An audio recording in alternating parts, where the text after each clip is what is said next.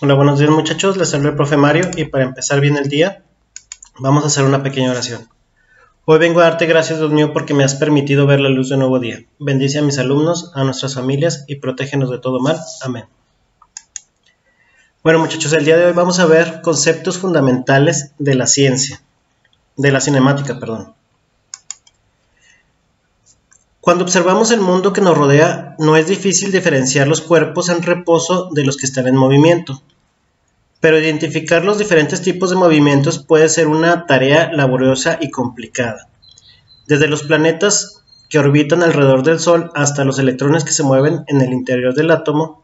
Aquí tenemos una representación de un sistema solar y de un átomo. Galileo en sus estudios concluyó que si un objeto está en reposo, tenía la tendencia a continuar en reposo, pero si el objeto está en movimiento, seguirá en movimiento. Ya esto lo llamó inercia. El hecho de que los cuerpos no sigan en movimiento es porque tienen una oposición por la fricción. Entonces también eso lo determinó él. Y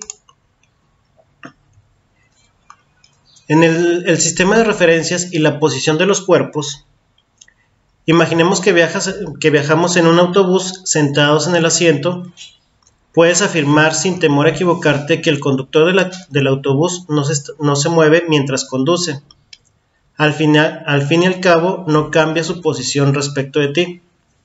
Sin embargo, un observador sentado en un parque que ve pasar el autobús por la carretera dirá que el conductor del autobús está en movimiento. El observador externo veía al conductor en movimiento porque cambia su posición con respecto a la persona que está sentada en el parque. Entonces es cuestión del observador todo esto. En el estudio del movimiento se tiene que determinar en dónde se encuentra el objeto que se mueve.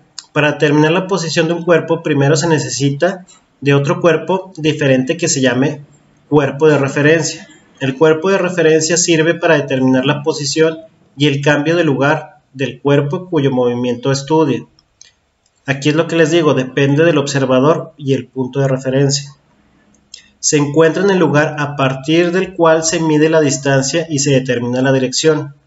Existe un cuerpo de referencia, dicho cuerpo se sobreentiende y no se especifica de manera explícita. Cuando nosotros veamos algún problema, nosotros tenemos un cuerpo de referencia o un punto de referencia, pero muchas de las veces nada más está explícito, porque nosotros lo estamos tomando dependiendo de cómo lo estemos observando. Ahora bien, el problema para resolver es cómo determinar con suficiente precisión la posición de los cuerpos cuyo movimiento nos interesa. La mejor manera de hacerlo es determinar la distancia, la dirección a la que se encuentran esos dos puntos. Tenemos un punto de referencia, mientras que el punto que queremos describir se llama punto material o partícula. No son puntos matemáticos. Esto representa los cuerpos físicos y facilita la medición de la distancia. Aquí tenemos un ejemplo que viene en su libro. Y tenemos un árbol y un balón. Y nosotros tenemos que determinar la distancia. Pero ¿cuál es la mejor distancia que tenemos que medir? En este caso tenemos que medir la que esté al nivel del balón. Las medidas que vamos a tomar en cuenta, para hacer la medición correcta, tenemos que tomar la medida desde la parte central del árbol hasta la parte central del balón. Esa es la mejor medida que podemos hacer nosotros. Ahora bien, si nosotros tuviéramos dos balones cerca del árbol y nosotros queremos referirnos a un solo balón, tenemos que nosotros trazar, como quien dice, un plano cartesiano y determinar el ángulo que tiene cada uno de ellos para indicar cuál es el que nosotros queremos indicar. Aquí nosotros en el dibujo, en la explicación de su libro, tienen los dos balones. Con respecto al punto de referencia, que es el árbol, hacemos un plano cartesiano y medimos el ángulo de cada uno de ellos. En este caso, el balón que está más... tiene la misma distancia los dos. pero tienen diferente ángulo. Esa va a ser la posición que vamos a tomar nosotros para marcar nuestro vector a la hora de interpretarlos en un plano para calcularlos. Ahora bien, el sistema de referencia y la posición de los cuerpos. Para determinar la posición de un cuerpo se debe determinar lo siguiente: el punto de referencia, el punto material, la escala con la que lo vamos a medir. Aquí en el ejemplo del balón y el árbol lo vamos a medir ya sea en centímetros o metros. Tenemos que tener un par de ejes coordenados, por eso nosotros dibujamos el plano cartesiano para indicar la mejor posición de este. Tenemos que tener los vectores que determinan la posición de los cuerpos, por eso nosotros dibujamos un vector desde el punto de referencia hasta donde está el balón con una flechita. Ya saben que las flechas son las que nos determinan los vectores. Estos elementos en conjunto construyen un sistema de referencia. Ese sistema de referencia tiene que tener todos estos elementos para que se pueda llamar sistema de referencia. Ahora bien, la posición de un cuerpo es un vector que se ubica entre el punto de referencia y el punto material del cuerpo y sirve para determinar su ubicación en el espacio.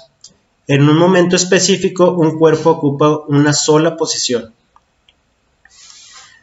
Esto es para que cuando nosotros estemos analizando el movimiento de un objeto, lo vamos a tener en esa posición para analizarlo desde nuestro punto de vista, desde el observador. Entonces, yo quiero que empiece aquí, aunque ya lleve recorrido un pedazo, yo quiero estudiar desde este punto hasta lo que sigue.